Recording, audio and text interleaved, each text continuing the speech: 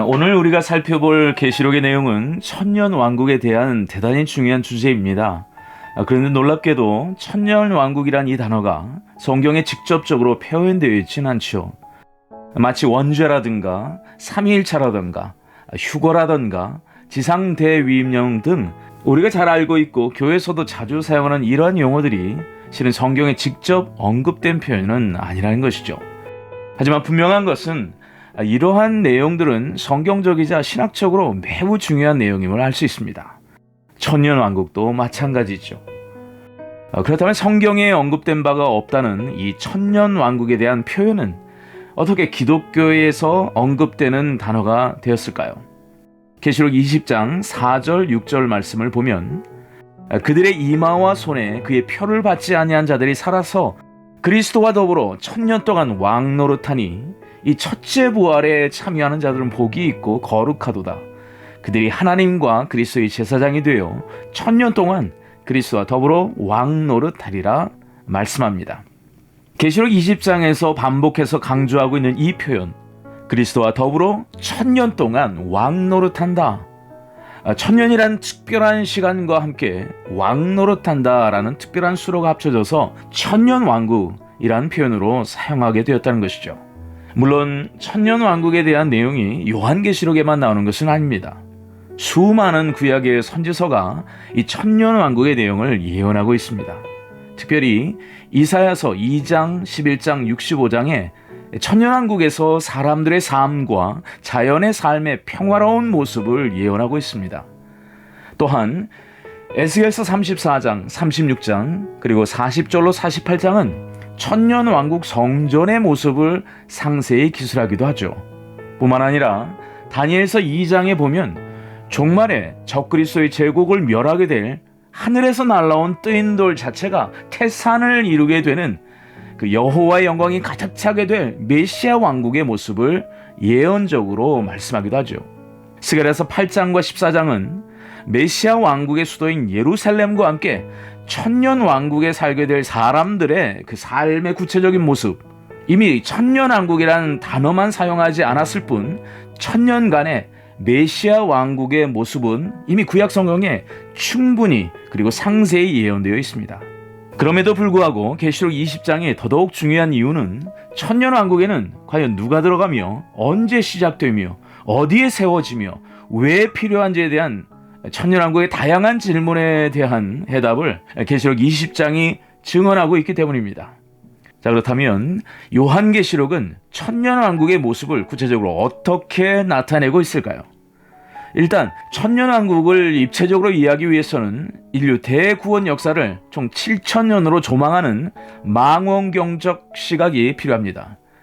아담 타락 이후에 아브라함 때까지 처음 2000년간은 모든 민족의 때로, 아브라함 때부터 또 예수님의 초림과 십자가 그리고 부활 사건 때까지 2000년을 이스라엘 민족의 때로 볼 수 있죠. 더불어 이 초림 사건부터 예수님의 재림하시기 전인 환란기까지의 2000년을 이방인이 구원을 받는 이방인의 때로 볼 수 있을 것입니다. 자, 여기까지가 6000년의 기간입니다. 그런데 예수님이 재림하신 후 영원한 새 하늘과 새 땅의 영원 천국이 시작되기 전까지의 그 지상 1000년 기간을 가리켜 일명 천년 왕국의 때라고 하죠. 결과적으로 인류 역사는 큰 그림으로 7,000년이 됨을 이해할 수 있습니다. 흥미롭게도 이 1000년이란 표현이 계시록 20장에만 총 6번이나 등장합니다. 그런데 그 1000년이란 표현과 함께 동반된 또 하나의 표현이 등장하죠. 바로 왕노릇한다는 영어 표현 reign. 바로 reign이란 동사로서 헬라어로는 바실레오, 즉 통치하다라는 동사입니다. 이 말의 어원은 왕에 해당하는 헬라어 바실레우스에서 유래하는데요. 즉 그냥 통치한다는 것이 아니라 왕으로서 다스린다는 뜻이 담겨 있습니다. 누가 다스릴까요? 계시록 20장 4절은 그 대상을 이렇게 가리키고 있죠. 예수를 증언함과 하나님의 말씀 때문에 목배임을 당한 자들의 영혼들, 또 짐승과 그의 우상에게 경배하지 아니하고 그들의 이마와 손에 그의 표를 받지 아니한 자들이 살아서 그리스도와 더불어 천년 동안 왕노릇하니 아멘. 바로 천년왕국의 시대에 분명히 왕 노릇하는 자들을 성경은 누구라 말씀합니까? 예수를 증언함과 하나님의 말씀을 지키다 순교한 자, 그리고 짐승의 표를 받지 않고 짐승의 우상에 경배하지 않아서 핍박당하고 있는 자. 자, 이들이 바로 계시록 20장이 밝히고 있는 천년왕국에서 왕 노릇하는 그룹입니다. 그런데 방금 설명한 천년왕국에서 왕 노릇하는 이 사람들을 달리 표현하는 또 다른 말이 본문에 등장하고 있습니다. 계시록 20장 6절의 말씀입니다. 이 첫째 부활에 참여하는 자들은 복이 있고 거룩하도다. 둘째 사망이 그들을 다스리는 권세가 없고 하나님과 그리스도의 제사장이 되어 천년 동안 그리스도와 더불어 왕노릇하리라. 아멘. 여기서 주목해야 하는 말이 첫째 부활에 참여하는 자입니다. 사랑하는 성도 여러분, 부활의 첫 열매가 되신 분이 누구인가요? 우리 주님이신 예수님입니다. 첫째 부활에 참여하는 자란 첫째, 천년 왕국이 도래하기 전에 바로 죽은 성도 또는 말세 지말의 환란기 때 짐승의 표를 받지 않음으로 말미암아 순교당한 성도 또는 예수님이 재림할 때 살아있는 상태에서 휴거한 모든 성도들을 우리는 첫째 부활에 참여하는 자임을 알 수 있습니다. 첫째 부활에 참여하는 영광스러운 하나님의 백성이 되시길 주님의 이름으로 축원합니다. 어린 양의 아내로서 천년왕국 기간 동안 왕 노릇하게 될 것을 성경은 약속하기 때문이죠. 하지만 우리가 놓치지 말아야 하는 중요한 사실 하나가 있습니다. 천년왕국에 살게 될 사람은 단지 첫째 부활의 몸을 입은 왕 노릇하는 자만 있는 것이 아니라는 사실이에요. 추가적인 그룹이 존재합니다. 자, 이 사실을 힌트하는 구절인 계시록 20장 7절로 8절의 말씀 함께 같이 읽습니다. 천년이 참에 사탄이 그 옥에서 놓여 나와서 땅의 사방 백성 곧 곡과 마곡을 미혹하고 모아 싸움을 붙이리니 그 수가 바다의 모래 같으리라. 아멘. 땅의 사방 백성이란 그리스도와 왕 노릇하는 사람이 아닙니다. 왜냐하면 땅의 사방 백성은요, 자연의 몸을 가진 사람들인 반면 왕 노릇하는 사람들은 첫째 부활에 참여한 부활체를 입고 있는 사람들이기 때문이죠. 이미 예수님의 재림 전에 신앙의 검증을 받고 부활과 휴거를 통해 영광의 몸인 부활체를 입은 성도들을 말합니다. 자, 여기서 중요한 사실 하나가 있죠. 지상 천년왕국 기간은 동시에 사탄이 무저갱에 갇혀있는 기간이 되는데, 문제는 이 사탄이 천년왕국이 끝나는 시기에 풀려나 땅의 사방 백성을 미혹하게 될 것을 성경이 예언하고 있다는 겁니다. 첫째 부활에 참여한 사람들은 이미 신앙의 검증이 끝난 사람들인 반면 이 땅의 사방 백성이란 존재는 사탄이 등장할 때 미혹에 넘어갈 가능성이 있는 사람들인 것이죠. 그렇다면 땅의 사방 백성은 누가 될까요? 이것이 천년왕국에 대한 가장 어려운 부분이자 난해한 문제입니다. 그런데 그들의 정체성은 자연의 몸으로 천년왕국에 들어가 자연의 몸에 자녀를 낳은 그러한 부모와 자녀 세대들을 말하죠. 부활체가 아닌 자연의 몸을 입고 천년왕국에 입성하게 될 그러한 그룹들인 것이죠. 자, 어떻게 이것이 가능할까요? 중요한 단서가 그들이 사탄에게 미혹을 당할 것이다 라는 사실을 성경이 밝히고 있다는 겁니다. 그때가 되면 이미 성도들은 마지막 나팔 신호와 함께 영광의 몸을 입은 그룹으로서 부활하거나 휴거되어서 아마게돈 신부로서 재림의 행렬에 참여하는 거룩한 그룹들인 것입니다. 이 그룹들을 무엇이라 부른다? 첫째 부활을 참여한 사람들. 자, 그렇게 되면 이미 신령한 몸이자 영광의 몸을 입은 거예요. 부활체를 입은 것입니다. 그렇기 때문에 더 이상 자녀를 출산하지 않을 거예요.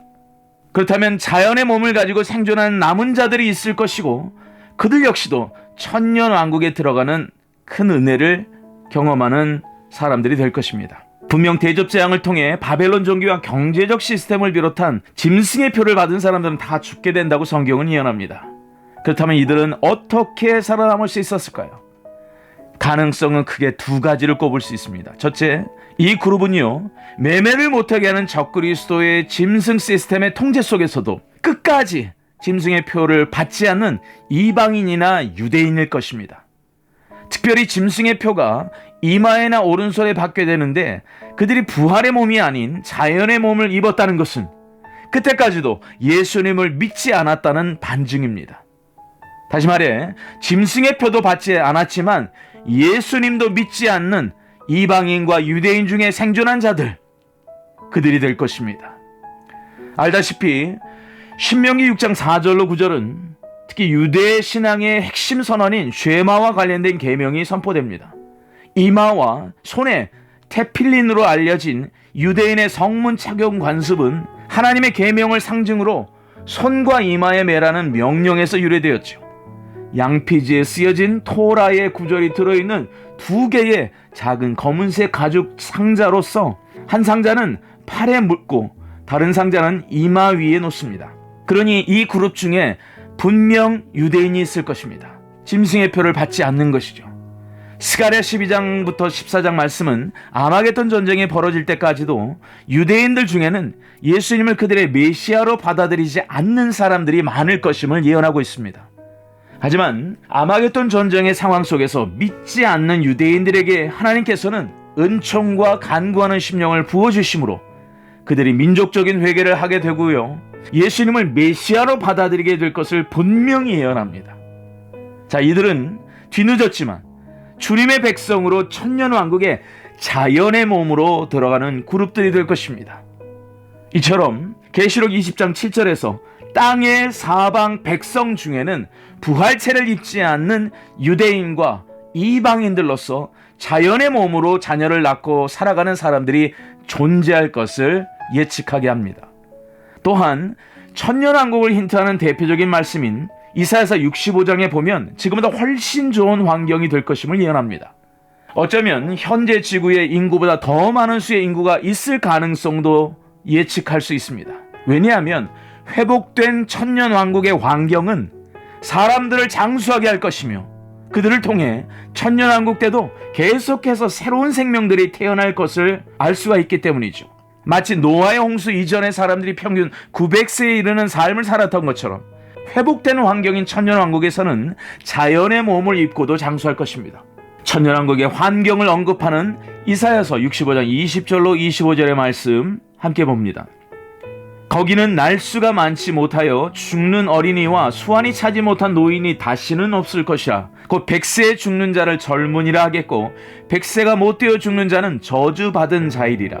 그들이 가옥을 건축하고 그 안에 살겠고 포도나무를 심고 열매를 먹을 것이며 그들이 건축한 데에 타인이 살지 아니할 것이며 그들이 심은 것을 타인이 먹지 아니하리니 이는 내 백성의 수완이 나무의 수완과 같겠고 내가 택한 자가 그 손으로 일한 것을 길이 누릴 것이며 그들이 수고가 헛되지 않겠고 그들이 생산한 것이 재난을 당하지 아니하리니 그들은 여호와의 복된 자의 자손이요 그들의 후손도 그들과 같을 것임이라.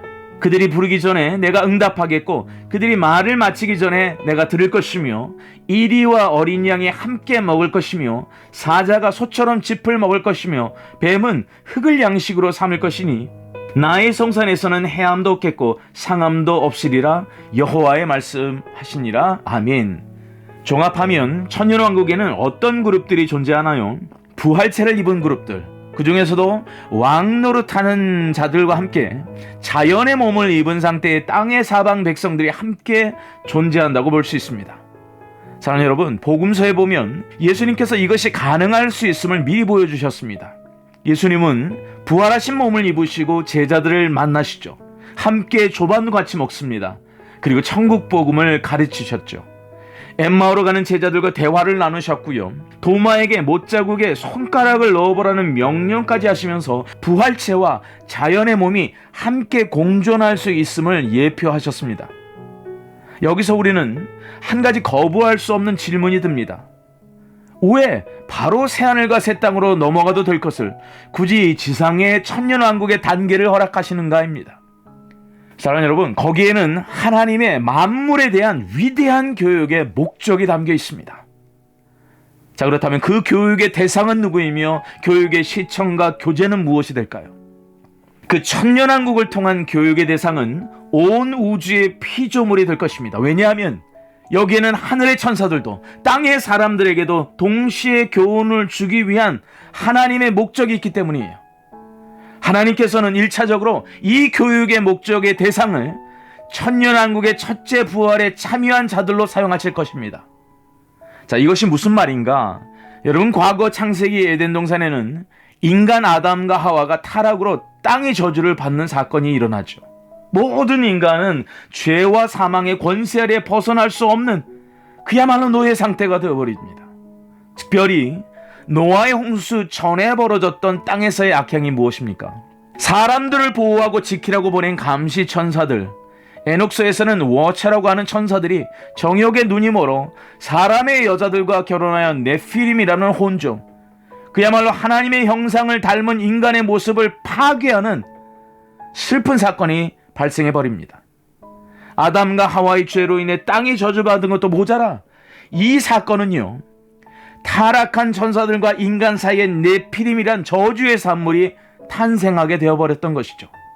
온 땅의 부패와 포악함이 극에 달하게 되었고, 결국 하나님께서는 노아의 8가족만 빼고 모두 다 홍수로 쓸어버리는 심판을 단행하십니다. 근데 놀랍게도 타락하기 전의 에덴의 모습과 도래할 그 천년왕국의 모습은 매우 닮아 있습니다.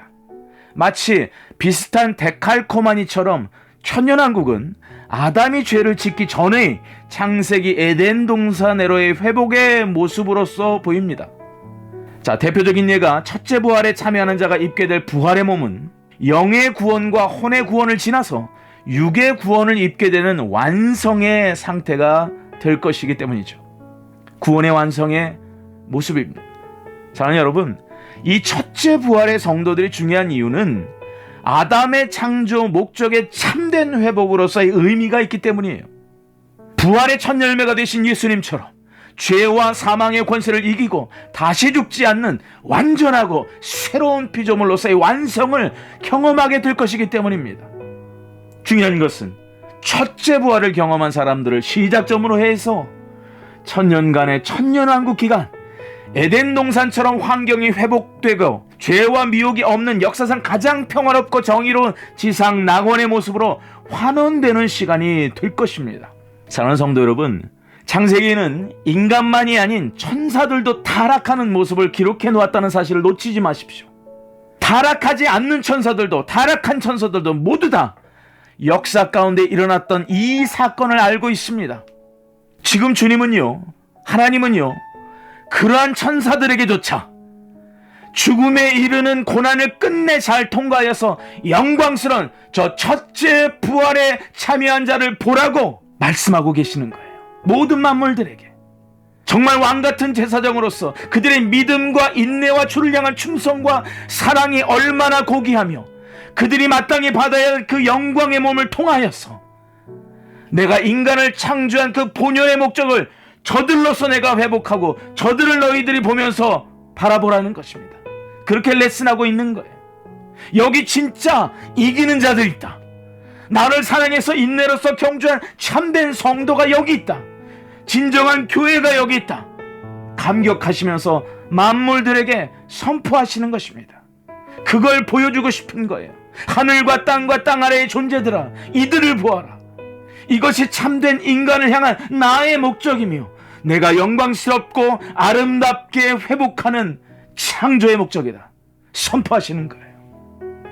그것이 천년왕국 속에 흐르는 대단히 중요한 하나님의 마음의 중요한 뜻과 생각인 것입니다. 그리고 무엇보다 천년왕국의 육의 몸으로 들어간 자들, 즉 살아서 예수를 믿지 않았지만 하나님의 은혜로 살아 들어갈 수 있게 된 사람들에게 부르심의 소망을 살아낸 자들에게 주시는 영광이 뭔지를 보고 깨달으라는 것입니다. 저는 이것이 부활체의 신앙인과 육의 몸을 입은 채로 천년왕국에서 공존을 허락하신 하나님의 깊은 뜻이라 믿습니다.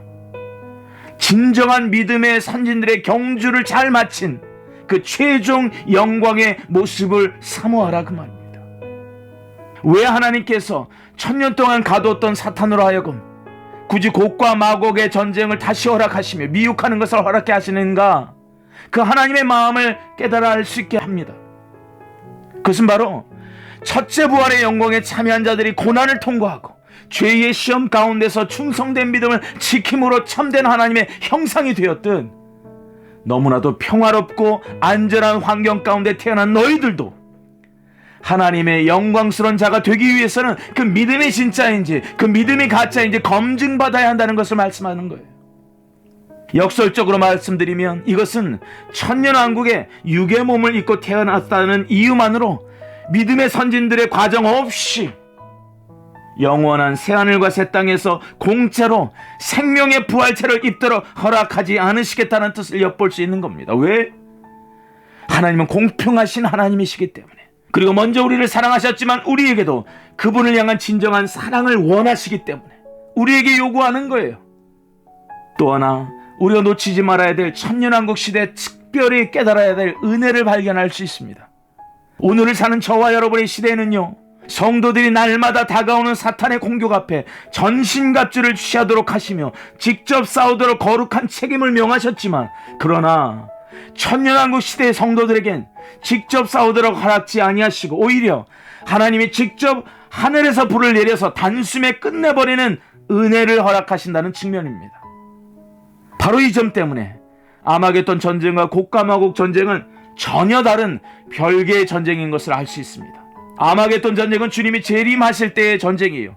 그러나 곡과 마곡 전쟁은 천년의 역사적 시간이 지난 후에 백보자 심판과 영원의 세계인 새하늘과 새 땅에 들어가기 전에 일어날 마지막 미혹의 시험을 통한 전쟁이 될 것입니다. 안타깝게도 천년왕국은 문자적 왕국이 아니라 상징적인 왕국이라 생각하는 분들이 있습니다. 그것은 큰 오류를 범하는 것입니다. 천년왕국은 실제입니다. 그리고 앞으로 벌어질 역사이지 상징이 아닙니다. 이 사실을 믿으시기 바라고, 첫째 부활의 영광을 사모하며 첫째 부활에 참여하기 위해서 우리에게 요청하신 합당한 삶을 오늘로써 살아내시기를 주님의 이름으로 축원합니다. 지금까지 우리는 천년왕국에는 누가 들어가고 왜 들어가는가를 선행적으로 살펴보았습니다. 그렇다면 이제 천년왕국은 어떤 나라인가를 보다 상세히 살펴보도록 하겠습니다. 천년왕국이 어떤 나라인가를 알려주는 대표적인 구약의 선지서 구문을 꼽으라면 저는 이 본문이 반드시 들어가야 한다고 믿습니다. 예레미야 31장 33절로 34절의 말씀.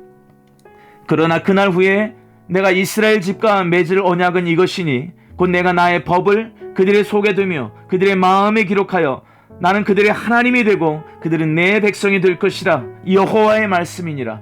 그들이 다시는 각기 이웃과 형제를 가리켜 이르기를 너는 여호와를 알라 하지 아니하리니 이는 작은 자로부터 큰 자까지 나를 알기 때문이라. 내가 그들의 악행을 사하고 다시는 그 죄를 기억하지 아니하리라. 여호와의 말씀이니라. 아멘. 자, 이 말씀은 특별히 천년왕국과 유대인에 관한 말씀인데요, 여기 이런 표현이 등장합니다. 그들이 다시는 각기 이웃과 형제를 가리켜 이르기를 너는 여호와를 알라 하지 아니하리니. 아멘. 왜 여호와 하나님을 알아야 할 필요가 없다라고 말씀하시는 걸까요? 왜냐하면 천년왕국에서는 작은 자로부터 큰 자까지 남녀노소 할 것 없이 모두가 여호와가 누구인지를 알기 때문이라는 것입니다. 사랑하는 여러분, 여기서의 여호와란 바로 천년의 메시아 왕국의 만왕의 왕으로 통치하시는 그 예수아가 예루살렘을 천년왕국의 수도로 삼아 다스리시는 여호와란 사실을 알기 때문이라는 거예요. 바로 이와 똑같은 내용을 달리 표현한 유명한 구문이 이사야서 11장 6절로 9절의 말씀입니다.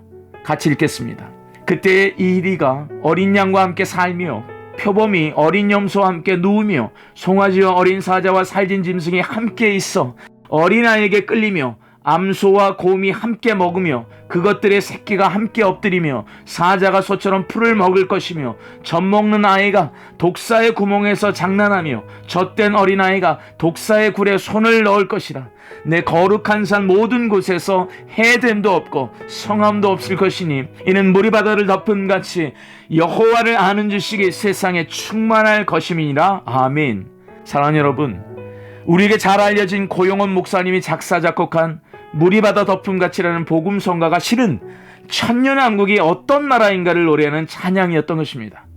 천년왕국 때에는 유대인들이 이제는 서로 너는 여호와가 누구인지 알려 하지 않는 이유가 메시아가 예수와임을 알게 되는 것뿐만 아니라 물이 바다를 덮음같이 온 세상이 예수아가 여호와 하나님이심을 온 세상 가득한 승리 함성으로 알게 된다는 것입니다.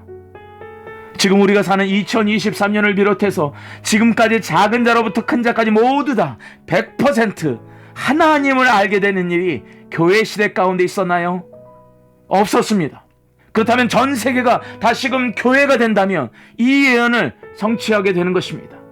하지만 이것은 인간의 힘으로 이루어질 수 있는 예언이 아니에요. 이것은 하나님의 힘으로 이루어지는 역사입니다. 그것이 바로 천년왕국 시대이다. 그래서 천년왕국은 어떤 나라인가? 그 나라의 모든 백성이 다 여호와 하나님을 아는 왕국, 예수님이 메시아임을 아는 왕국이란 뜻입니다. 천년왕국의 또 다른 특징을 우리는 이사야서 35장에서 찾아볼 수 있습니다. 35장 5절로 10절의 말씀입니다. 그때 맹인의 눈이 밝을 것이며 못 듣는 사람의 귀가 열릴 것이며 그때 저는 자는 사슴같이 뛸 것이며 말 못하는 자의 혀는 노래하리니 이는 광야에서 물이 솟겠고 사막에서 시내가 흐를 것임이라. 뜨거운 사막이 변하여 못이 될 것이며 메마른 땅이 변하여 원천이 될 것이며 승량이 눕던 곳에 풀과 갈대와 룰들이 날 것이며 거기에 대로가 있어 그 길을 거룩한 길이라 일컫는 바 되리니 깨끗하지 못한 자는 지나가지 못하겠고 오직 구속함을 입은 자들을 위하여 있게 될 것이라. 우매한 행위는 그 길로 다니지 못할 것이며 거기에는 사자가 없고 사나운 짐승이 그리로 올라가지 아니하므로 그것을 만나지 못하겠고 오직 구속함을 받은 자만 그리로 행할 것이며 여호와의 속량함을 받은 자들이 돌아오되 노래하며 시온에 이르러 그들의 머리 위에 영영한 희락에 띠고 기쁨과 즐거움을 얻으리니 슬픔과 탄식이 사라지리로다. 아멘. 맹인의 눈이 밝을 것이며 못 듣는 사람의 귀가 열릴 것이라고 예언합니다. 예수님이 초림하셨을 때도 이런 치유의 사건이 있었습니다. 하지만 모두는 아니었어요. 하지만 예수님이 재림하심으로 열려지게 될 바로 그 천년왕국 때는 어떻게 될까요? 슬픔과 탄식이 사라지게 된다라고 말씀합니다. 사랑하는 여러분, 이것은 상징의 나라가 아닙니다. 문자 그대로 임하는 실제하는 왕국입니다. 정말 우리가 교회를 다니며 신앙생활하는 동안 우리 소망이 실제하는 이 메시아 왕국인 천년왕국에 대한 소망을 가지고 있는지 스스로에게 물어봐야 될 것입니다. 만일 지금까지 우리의 소망 가운데 천년왕국에 대한 개념이 전무했다면 이 언약의 말씀이 증거하는 한은 오늘 우리의 소망 가운데 왕노릇할 그 천년왕국에 대한 소망이 있으시길 주님의 이름으로 축원합니다.